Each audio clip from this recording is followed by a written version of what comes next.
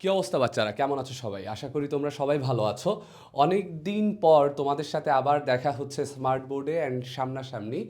And বেশ কিছু ঝামেলার মধ্যে দিয়ে যাচ্ছিলাম। কিছু প্রেশার ছিল, কাজের প্রেশার, অ্যান্ড হচ্ছে বেশ কিছুদিন যাবৎ শারীরিকভাবে অসুস্থ থাকায় regular video and content upload দিতে পারিনি। গলা শুনে বুঝতে পারতেছো এখনও পুরোপুরি কাইন্ড অফ সব কিছু ঠিক না। তারপরও যেহেতু সামনে আমাদের এক্সাম চলে আসতেছে, আমরা এখন থেকে রেগুলার কন্টেন্ট দেওয়ার ট্রাই করবো অ্যান্ড চেষ্টা করবো এসএসসির আগে তোমাদের সব থেকে বেস্ট অ্যান্ড একটা কম্প্যাক্ট প্রিপারেশন নিয়ে নেওয়ার। তো আমরা বেসিক্যালি একটা ছোট্ট কনসেপচুয়াল সিরিজের মতো আপলোড করতে চাচ্ছি, একটা প্লে লিস্ট যাচ্ছে। এবং এই প্লে লিস্টে তোমরা দেখতে পারবা যে তোমাদের কেমিস্ট্রির যে গুরুত্বপূর্ণ ছোট ছোট ছোট ছোট টপিক আছে, এই টপিকগুলো আমরা কাভার করব। কেন করতেছি, এই রিজনটা হচ্ছে অনেক সময় তোমরা অনেক লেন্দি ক্লাস করো, বা আমারও হচ্ছে অনেক ওয়ান শট ক্লাস আপলোড করা রয়েছে, বাট দেখা যাচ্ছে পুরো একটা চ্যাপ্টারের মধ্যে হয়তো তোমার স্পেসিফিক একটা টপিকে প্রবলেম আছে। এখন সেটার জন্য তোমার পুরো ক্লাস দেখে দেখে ঘুরে ঘুরে সলভ করতে হচ্ছে, সো এটা তো আসলে পসিবল না।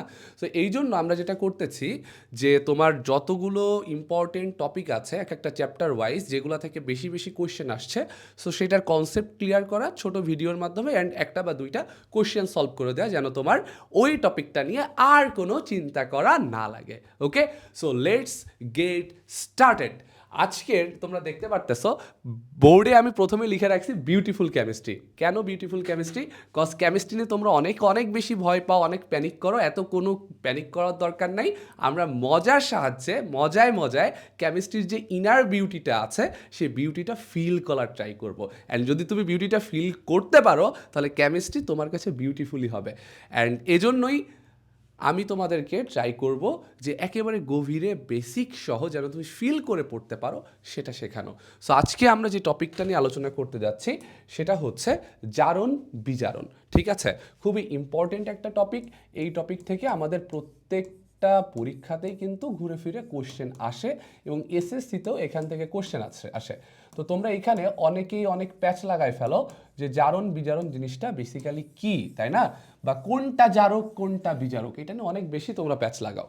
আচ্ছা, তো দেখো, ফার্স্টে জারণ বলতে আমরা কি বুঝি এক কথায় মনে রাখবা। এখানে অনেক সময় অনেক রকম তোমরা শর্টকাট ট্রিক্স দেখতে পারো, হ্যাঁ, অনেক রকম তোমরা নেমোনিক দেখতে পারো। বাট আমার কাছে মনে হয় যে এত নেমোনিক, এত শর্টকাট শিখতে শিখতে শিখতে শিখতে, সো নেমোনিক আর শর্টকাট শেখার জন্য আরও একটা শর্টকাট বা নেমোনিক লাগতে পারে। সো সবসময় আমি প্রিফার করি যে একেবারে বেসিকটা বোঝার চেষ্টা করবা। বুঝতে পারলে কোনো নেমোনিক কিছু লাগবে না, তখন নিজে নিজেই তুমি শর্টকাট ডেভেলপ করতে পারবা। বুঝতে পারছো? দেখো, তারপরেও কিছু শর্টকাট বা ট্রিক্স তোমাদের দেখানোর চেষ্টা করব। তো বেসিক্যালি জারণ হচ্ছে এক ধরনের বিক্রিয়া। জারণ কি? জারণও হচ্ছে এক ধরনের বিক্রিয়া। বিজারণও কি? বিজারণ হচ্ছে আরেক ধরনের বিক্রিয়া। দুইটাই একটা প্রসেস, একটা রিয়াকশন। কি হয় ভাইয়া? জারণেতে ইলেকট্রন ছাড়া হয়। তাহলে জারণ হচ্ছে এমন একটা বিক্রিয়া যেখানে ইলেকট্রন ত্যাগ হয়। ঠিক আছে, জাস্ট কিওয়ার্ডগুলো দেখো। তাহলে জারণ এমন একটা বিক্রিয়া যেখানে ইলেকট্রন ত্যাগ হয়। তাহলে বিজারণটা কি? বিজারণ অবভিয়াসলি জারণের অপোজিট। তাহলে জারণে যদি ইলেকট্রন ত্যাগ হতে পারে, তাহলে ভাইয়া বিজারণে কি হবে বলো তো? বিজারণে অবভিয়াসলি ইলেকট্রন গৃহীত হবে বা ইলেকট্রন গ্রহণ হবে। তাহলে তোমাকে যদি কোশ্চেন করা হয় জারণ কি, তাহলে তুমি বলবা যে বিক্রিয়ায় কোনো পদার্থ বা কোনো পরমাণু ইলেকট্রন বা কোনো আয়নও বলতে পারো ইলেকট্রন ত্যাগ করে, সেটাকে আমরা বলবো জারণ বিক্রিয়া। আর বিজারণ বিক্রিয়া কি? যেখানে ইলেকট্রন গ্রহণ করা হচ্ছে, সেটা হচ্ছে বিজারণ বিক্রিয়া। বুঝতে পেরেছ? আচ্ছা, এখন এই জারণ বিজারণের সাথে আরেকটা টার্ম চলে আসে, সেটা হচ্ছে জারক এবং বিজারক। আরেকটা কি টার্ম আসে ভাইয়া? আরেকটা টার্ম আসে জারক আসে, এবং আরেকটা টার্ম আসে তোমার বিজারক। জারক এবং বিজারক। সো তোমরা প্যাচ যেটা লাগাও, তোমরা প্যাচটা লাগাও এখানে, যে জারণ বিক্রিয়া হচ্ছে, তার মানে জারণের সাথে রিলেটেড হচ্ছে জারক, তার মানে জারকের জারণ হয়। ব্যাপারটা কিন্তু না, এখানে প্যাচ লাগানোর দরকার নাই। ছোট্ট একটা এক্সাম্পল দিই, বুঝতে পারবা। দেখো, বাংলাদেশের পলিটিশিয়ানদের সাথে তুমি একটু রিলেট করার ট্রাই করো। বাংলাদেশের পলিটিশিয়ানরা কি করে যখন তোমার রাজনীতির ময়দানে যান, বা ভোটের টাইম আসতেছে, আরও ভালো বুঝতে পারবা। হ্যাঁ, যখন তারা বক্তব্য দেন, তখন দেখবা বলবে আপনারা কেউ দুর্নীতি করবেন না, আপনারা দেশের উন্নয়নের স্বার্থে কাজ করবেন, আপনারা কেউ একটা টাকাও মেরে খাবেন না।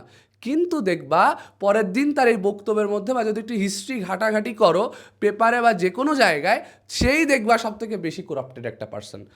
অর্থাৎ বাংলাদেশের রাজনীতিবিদরা তোমাকে যেইটা করতে বলতেছে বেসিক্যালি তারা নিজেরা তার উল্টাটা করতেছে, বুঝতে পারতেছো? তার মানে এই যে তোমার জারক এবং বিজারক, সরি এখানে বিজারণ লিখে ফেলছি, দাঁড়াও, জারক এবং বিজারক এইখানে নামের মধ্যে যেইটা আছে এরা কিন্তু নিজেরা তার উল্টা কাজটা করবে। উল্টা কাজটা কি করবে? জারক জারক কি করবে? জারক অন্যকে জারিত করবে। বুঝো, বাংলাদেশের পলিটিশিয়ানরা কি করতেছে? অন্যকে তোমার ইন্সপায়ার করতেছে যেন সে অন্যরা দুর্নীতি না করে। কথা বুঝছো? তার মানে জারক অন্যকে জারিত করবে বাংলাদেশের পলিটিশিয়ানদের মতো, কিন্তু কি সে নিজে কিন্তু দুর্নীতি করে। তার মানে জারক অন্যকে জারিত করে, রিলেটটা কইরো, কিন্তু নিজে কি হয়? বিচারিত হয়। বুঝতে পারতেছ? আর বিজারক কি করবে? দেখো আবার সেই একই জিনিস লিখবো বিজারক হয়ে যাইতেছে বিজারণ। আচ্ছা, বিজারক কি করবে? বিজারক অন্যকে বিচারিত করবে। বাংলাদেশের পলিটিশিয়ান, দুইজনই বাংলাদেশের পলিটিশিয়ান, ঠিক আছে? সো বিজারক অন্যকে বিচারিত করবে আর নিজে কি হবে? নিজে জারিত হবে। সো এই লেকচারটা দেখার পরে যদি আমি না পাই তাহলে কিন্তু বললো যে ভাই আসলে খারাপ কিছু বলে নাই, পড়ানোর স্বার্থেই বুঝাইছে। ওকে, তো দেখো তাহলে এই কথাটা একটু মাথায় রাখতে হবে। অর্থাৎ তুমি যদি নিজের নামও ভুলা যাও কোনো প্যারা নাই, তুমি 3 বেলার মধ্যে খাবার খাইতে ভুলা গেছো তাতেও কোনো প্যারা নাই, কিন্তু এই লাইন দুইটা কখনো ভোলা যাবে না। জারক জারক অন্য বস্তুকে কি করবে? বাংলাদেশের পলিটিশিয়ান, সো অন্য বস্তুকে দেখাবে সে নিজে সৎ, অর্থাৎ অন্য বস্তুকে জারিত করবে, অন্য বস্তুকে ভালো কাজ করতে ইন্সপায়ার করতেছে, অন্য বস্তুকে জারিত করে। কিন্তু ভাইয়া কি হচ্ছে? বাংলাদেশের পলিটিশিয়ানদের ধর্মের মতো কিন্তু নিজে বিজারিত হয়, কিন্তু নিজে বিজারিত হয়। বুঝতে পেরেছ? নিজে বিজারিত হয়। ওকে, আচ্ছা, এরপরে দেখো এরপরের লাইনটা আমাদের কি মনে রাখতে হবে? এটা ছিল জারক। বিজারকেরটা যদি বলি ভাইয়া, বিজারকেরটা কি হবে? খুবই সিম্পল, একই কথা। বিজারক অন্য বস্তুকে বিচারিত করে। বিজারক অন্য বস্তুকে বিচারিত করে, অন্য বস্তুকে বিচারিত করে, কিন্তু ওই যে উল্টা ঘটনা, কিন্তু নিজে জারিত হয়, ওকে। আচ্ছা, এখন বলো, এই যে এক্সাম্পলটা দিলাম তুমি যদি এটা বুঝতে পারো, তুমি কি জীবনে আর কখনো ভুলবা? শর্টকাট লাগবে? শর্টকাট লাগবে না, ঠিক আছে?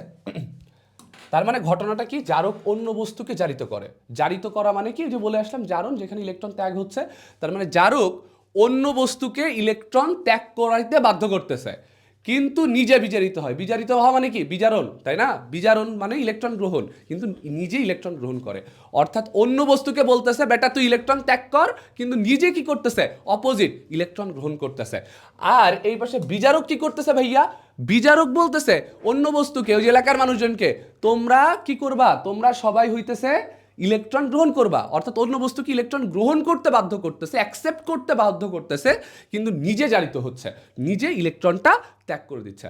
অপোজিট কাজ, অন্যকে যা বলবে নিজে তার অপোজিট কাজটা করবে। বুঝতে পারছো? এখন ছোট্ট একটা উদাহরণ দেখবো, দেখার পরে আই গেস সব ক্লিয়ার হয়ে যাবে। দেখো একটা উদাহরণ দেখো, খুব কমন উদাহরণ, তারপর তোমাদের আর একটা জটিল টাইপের একটা উদাহরণ যেটা অনেকে ভয় পাও, সো ওই উদাহরণটাতে দেখাবো। দেখো এটা খুবই কমন একটা উদাহরণ, সোডিয়াম ক্লোরাইড গঠন, তাই না? এটা তো তোমরা সবাই জানো, এমন কেউ নাই যে পঞ্চম অধ্যায় যারা পড়ছো এটা কেউ জানো না, তাই না? রাসায়নিক বন্ধনে পড়ে আসছো। দেখো খুবই কমন একটা উদাহরণ, সোডিয়াম ক্লোরিন। তোমরা জারণ মান তো বের করতে পারো, তাই না? জারণ মান বের করতে পারো। আচ্ছা, তারপরও তোমাদের একটু জারণ মান বের করা কি শিখাই দিব? একটু দেখাই দিই কিভাবে জারণ মান বের করতে হয়। জারণ মানটা কিভাবে বের করতে হয় আমি একটু শিখাই দিচ্ছি। দেখো একটা উদাহরণ দিচ্ছি, আই গেস এটা নিয়ে আর প্যারা খাওয়া লাগবে না, অর্থাৎ প্যারা খাওয়া উচিত না। ওকে, আচ্ছা দেখো দুইটা উদাহরণ দিই তাহলে ভালো বুঝবা। ফার্স্টে যেটা দেখাচ্ছি সেটা হচ্ছে FeCl3 ফেরিক ক্লোরাইড, এটা দেখাই। এটা এখানে তোমাকে বলা হলো আয়রনের জারণ মান তুমি বের করো, আয়রনের জারণ মান। তাহলে যেহেতু আয়রনের জারণ মান বের করতে বলেছে, তাহলে তোমার মনে রাখতে হবে যার জারণ মান বের করতে বলা হবে তাকে আমি কি ধরবো, তাকে আমি ধরবো হচ্ছে এক্স, কারণ তোমার এই জারণ মানটা বের করতে বলা হয়েছে। সো অবভিয়াসলি তুমি এই জারণ মানটা জানো না, সেটাকে কি ধরে নিতে হবে, এক্স ধরে নিতে হবে। ঠিক আছে, এক্স ধরলাম, এক্স।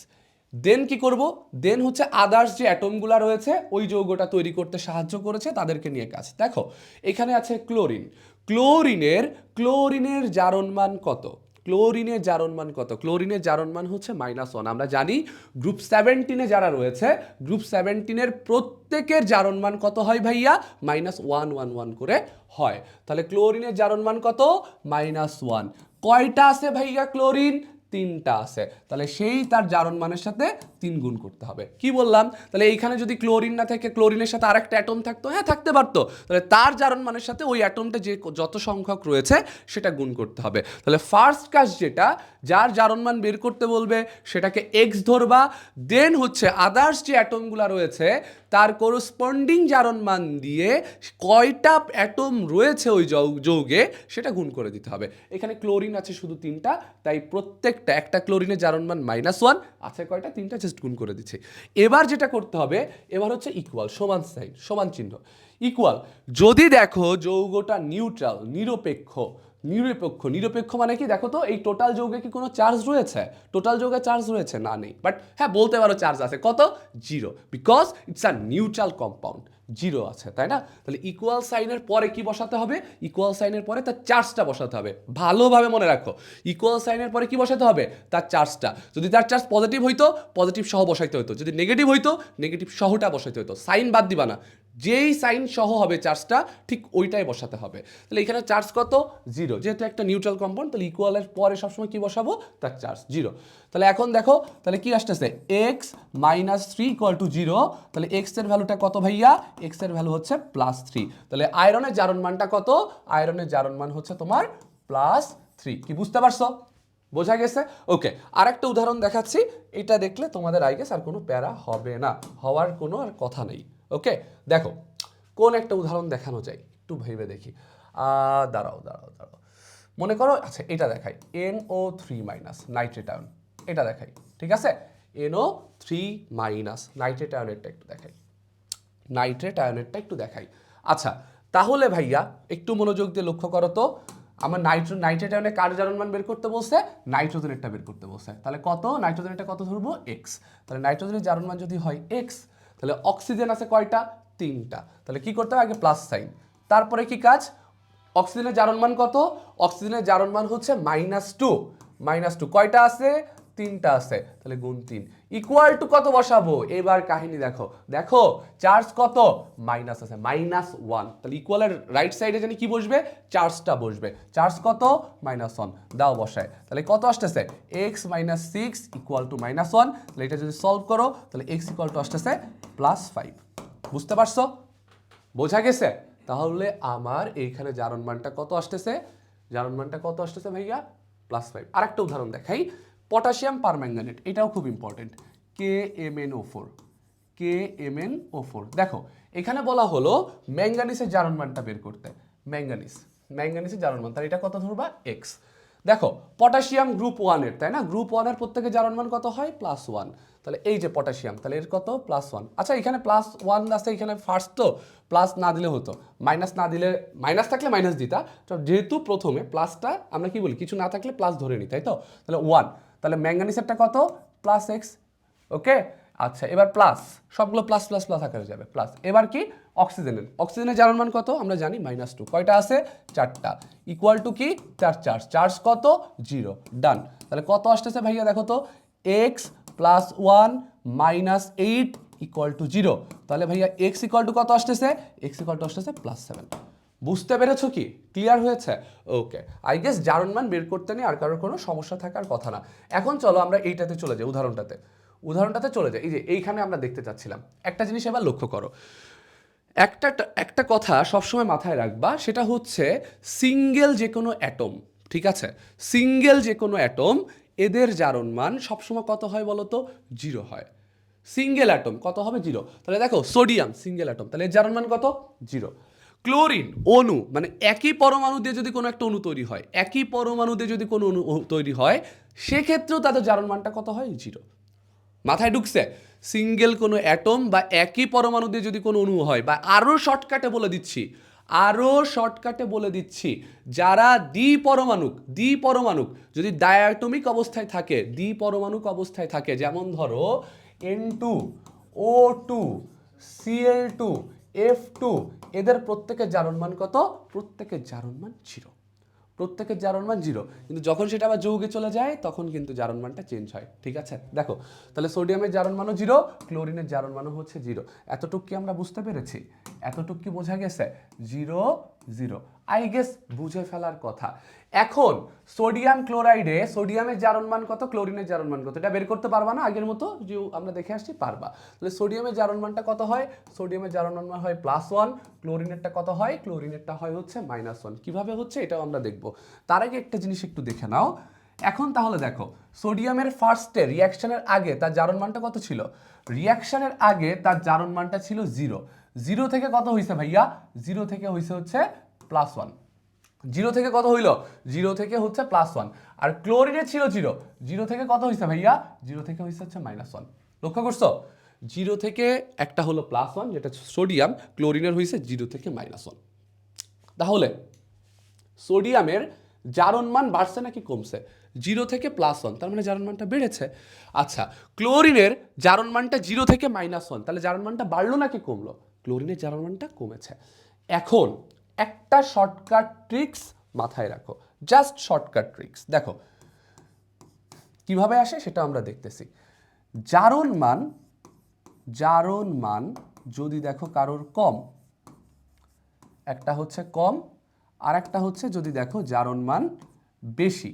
ওকে, দেখো জারক বিজারক এর মধ্যে ওয়াট সংখ্যা বেশি আছে কোথায়? বিজারকে 4টা, জারকে 3টা।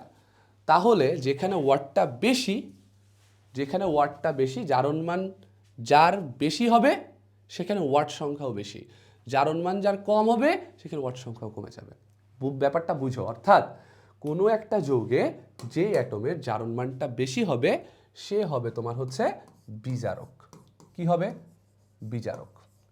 সে হবে হচ্ছে তোমার বিজারক। আর যার জারণ মানটা কম সে কি হবে? সে হবে জারক। এটা আমি জাস্ট একটা শর্টকাট ট্রিক্সের মতো বললাম, কেন কিভাবে হচ্ছে বুঝাই দিচ্ছি। ঠিক আছে, তাহলে দেখো একটু লক্ষ্য করো, এখানে সোডিয়ামে 0 থেকে +1 জারণ মান তাহলে কি হয়েছে? বেড়েছে। ক্লোরিনের 0 থেকে -1 জারণ মানটা কমেছে। তাহলে যেহেতু সোডিয়ামের 0 থেকে +1 জারণ মানটা বাড়তেছে, তাহলে ওয়াট কোথায় বেশি, জারক না বিজারকে? বিজারকে। তাহলে সোডিয়ামটা কি হিসেবে কাজ করবে? সোডিয়ামটা কাজ করবে এখানে বিজারক হিসেবে। সোডিয়ামটা কাজ করবে বিজারক হিসেবে। আর ক্লোরিনটা 0 থেকে -1 জারণ মানটা কমেছে, তাহলে এটা কি হিসেবে কাজ করবে? এটা কাজ করবে জারক হিসেবে। দেখো এতটুকু বুঝতে পারছো? আই গেস এতটুকু ক্লিয়ার হয়ে যাওয়ার কথা।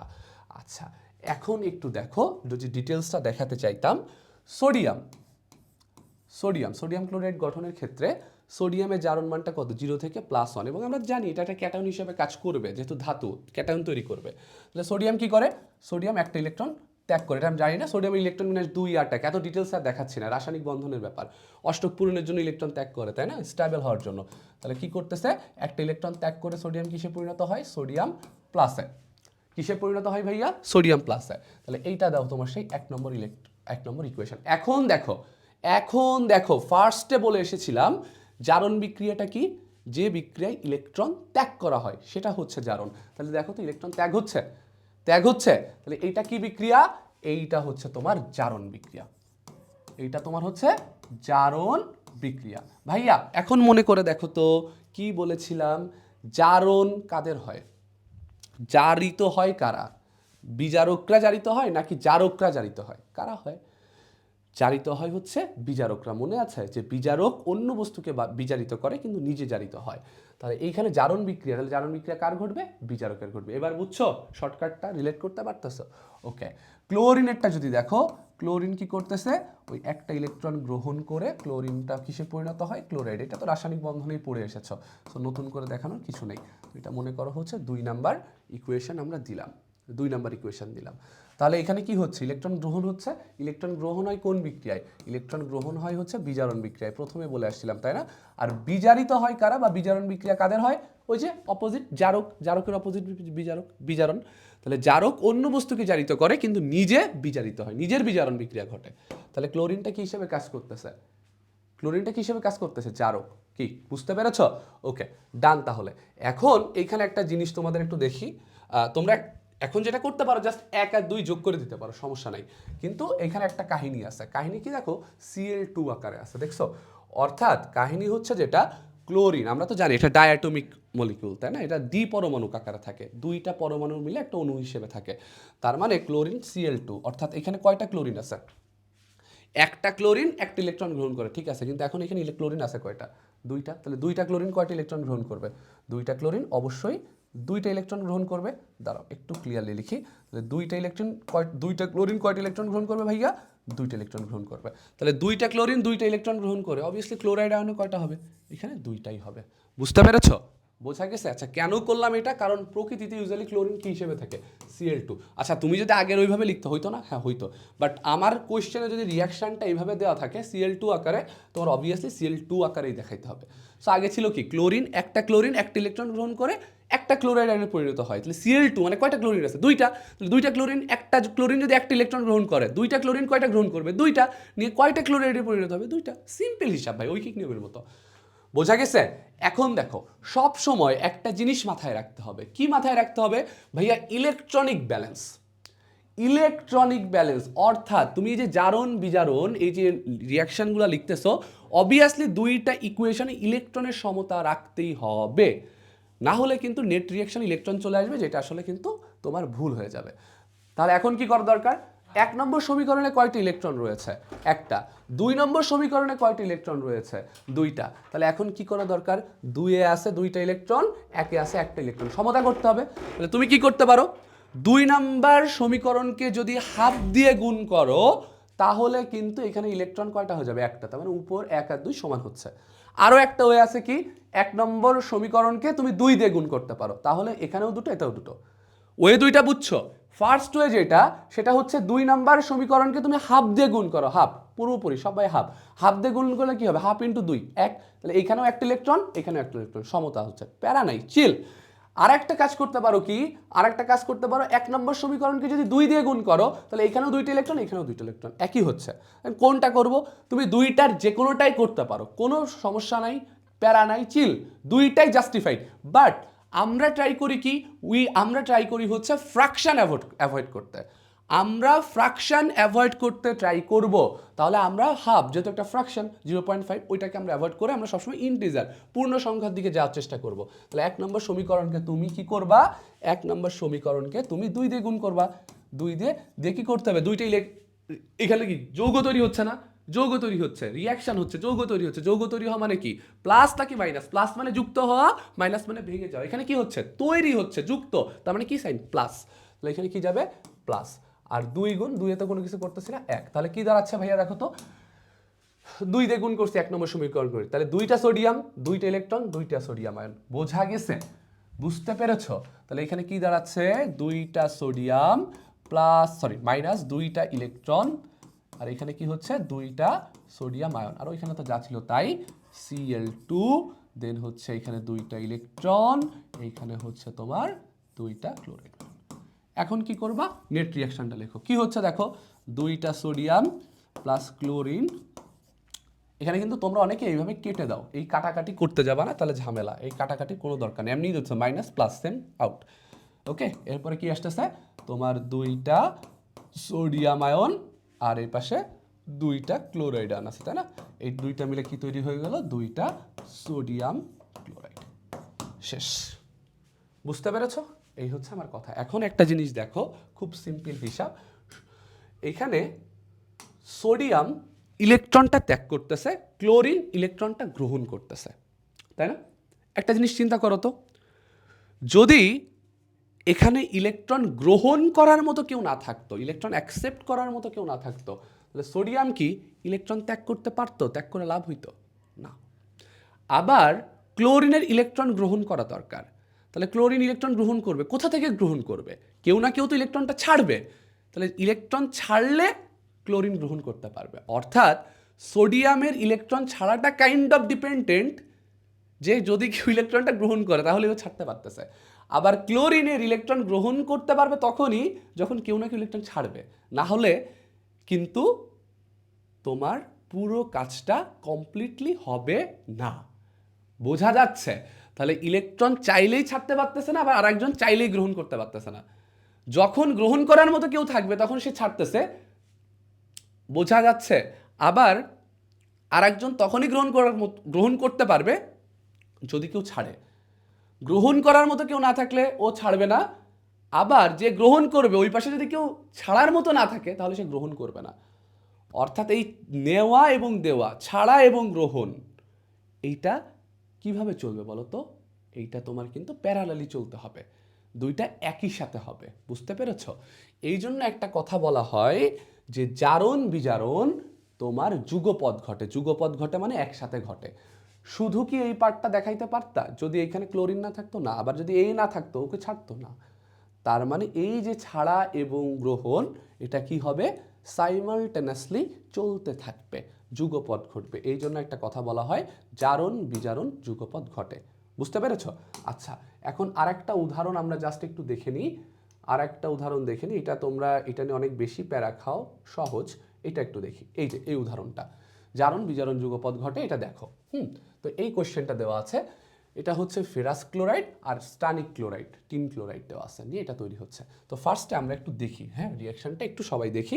খুবই সহজ একটা জিনিস, এটা দেখাচ্ছে এই জন্য যে অনেকে তোমরা ভুল করো, এই জন্য এটা একটু দেখাচ্ছে। এবং আগে সহজ একটা ভিডিও দিয়ে, মানে সহজ একটা এক্সাম্পল দিয়ে স্টার্ট করেছে এই জন্য। টিন ক্লোরাইড, এ পাশে কি ছিল? এই পাশে ছিল হচ্ছে, ওকে, দুইটা ফেরিক ক্লোরাইড আর একটা স্টানাস ক্লোরাইড। আচ্ছা, ফার্স্টে আমরা যে কাজটা করতে পারি, একটু এখানে দেখাই দিব কোনটা জারক কোনটা বিজারক। আচ্ছা, তোমরা সেমভাবে প্রত্যেকটা জারণ বিজারণ জারণমান বের করতে পারবা না? জারণমান বের করতে পারবা না? পারবা। আয়রনের জারণমান কত এখানে বের করে দেখবা, +2। টিনের জারণমান কত হবে বের করে দেখবা, +4 হয়। এতে দেখেই বুঝতে পারতেছো। দেখো, শর্টকাটে একেবারে মুখে মুখে করা যাবে। ক্লোরিন আছে 4টা, প্রত্যেকটা ক্লোরিনের জারণমান -1, তাহলে 4টা ক্লোরিনের জারণমান কত হবে? -4। পুরো যৌগটা কি নিউট্রাল না? চার্জ নিরপেক্ষ। পুরো যৌগের চার্জ কত? 0। তাহলে -4কে তুমি যদি 0তে কনভার্ট করতে চাও তাহলে অবভিয়াসলি কি করতে হবে? তার সাথে +4 যোগ করতে হবে, নাহলে পুরো যৌগের চার্জ কি 0 হবে? হবে না। তার মানে এইখানে যদি টোটাল -4 থাকে তাহলে এইটার অবশ্যই কি হতে হবে? +4। তাহলে +4 -4 = 0। সহজ হিসাব, মুখে মুখে হবে। আয়রন, এখানে কত? ক্লোরিন আছে 2টা, -2। তাহলে অবভিয়াসলি এটা কত হবে? 0 বানাইতে গেলে +2, যেহেতু নেট চার্জটা 0। এইখানেও সেম ভাবে ক্লোরিন কত? -2, দুইটা মিলে। তাহলে নেট চার্জ 0 বানাইতে গেলে কত হইতে হবে? +2 হইতে হবে। বুঝতে পেরেছ? তাহলে এখন সহজ হিসাব, খুবই সহজ। এইটা আয়রনটা +2 থেকে, সরি, ওকে, আমি এখানে একটু লিখতে ভুল করেছি, দাঁড়াও। এখানে তো তোমার +2 হবে না, এখানে +3 হবে। দাঁড়াও, ঠিক করে দিচ্ছি। এখানে ফেরিক ক্লোরাইড ছিল, দাঁড়াও দেখে নিই। ফেরিক না, হ্যাঁ, ফেরিক ক্লোরাইড ছিল। তাহলে এখানে জারণ মানটাও তোমার হবে কত? +3 হবে, তাই না? জারণ মানটাও হবে হচ্ছে +3। ওকে, তাহলে এখন দেখো, খুবই ইজি। এটা কত হচ্ছে? এই যে +2 থেকে +3 হচ্ছে, আর এইটা +4 থেকে +2 হচ্ছে, তাই না? আয়রনের +2 থেকে +3, টিনের +4 থেকে +2। তাহলে কি হলো ভাইয়া? আয়রনের জারণমানটা বাড়লো, টিনের জারণমানটা কমলো। তাহলে যেহেতু আয়রনের জারণমানটা বাড়তেছে, তাহলে আয়রন এখানে কি হিসেবে কাজ করবে? খুবই সহজ কথা, আয়রন এখানে কাজ করবে তোমার বিজারক হিসেবে। এখন এখানে আয়রন বিজারক হিসেবে কাজ করতেছে, মানে এখানে অ্যাকচুয়ালি বিজারকটা কে বলো তো? আয়রন নাকি Fe2+ নাকি Fe3+? সবসময় মনে রাখবা, তুমি প্রোডাক্টের সাইডে যাবা না। জারক বিজারক সবসময় রিয়াক্টেন্টের সাইডে হবে, অ্যারোর বাম সাইডে রিয়াক্টেন্ট। কারণ কি? এরাই তো জারণ বিজারণ করতেছে, জারণ বিজারণ হয়ে এইটাতে পরিণত হচ্ছে। তাহলে জারক বিজারক তো যারা জারণ বিজারণে পার্টিসিপেট করে তারাই হবে, এইটা তো হবে না, কারণ এরা তো জারণ বিজারণের পরে তৈরি হচ্ছে। জারণ বিজারণে পার্টিসিপেট করতেছে কারা? এরা। তাহলে জারক বিজারকও হবে এরা তো তারপরে তৈরি হচ্ছে, এটা যেন ভুল না হয়। এখানে বিজারকটা বেসিক্যালি কে বলো তো? বিজারকটা কিন্তু Fe2+। আর জারকটাকে ভাইয়া, জারকটা হচ্ছে তোমার, এখানে কে আছে দেখো তো? জারকটা হচ্ছে তোমার SN4+। ঠিক আছে, বুঝতে পেরেছো? ওকে।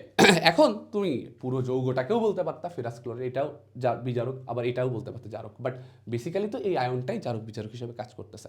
ক্লোরিনের দেখো তো এখানেও -1, ক্লোরিনের এখানেও -1 জারণ মান, এখানেও -1, এখানেও -1। ক্লোরিনের কি জারণ মান চেঞ্জ হচ্ছে? চেঞ্জ হচ্ছে জারণ মান? চেঞ্জ হচ্ছে না। তাহলে যেহেতু যেই স্পেসিসগুলার জারণ বিজারণ বিক্রিয়াতে জারণ মানগুলো চেঞ্জ হয় না, চেঞ্জ হচ্ছে না, দেখো -1, -1, বিক্রিয়ার আগেও -1, পরেও -1। তাহলে যাদের জারণ মান চেঞ্জ হয় না ওরা জারকও না বিজারকও না, ওদেরকে কি বলি? ওদেরকে বলি দর্শকায়ন, দর্শক হিসেবে আছে। ঠিক আছে? ওকে, অর্থাৎ জারণ বিজারণে ওদের কোনো ভূমিকা নেই। আচ্ছা, এখন দেখো আমরা তাহলে কি করব, একটু দেখাই যে এটা কিভাবে যুগপৎ ঘটে। আচ্ছা, এই পাশে তাহলে কি ছিল একটু দেখে নিই। Fe2+ ছিল, তাই না? Fe2+ কিসে পরিণত হচ্ছিল? Fe3+-এ। তাহলে এটা বিজারক।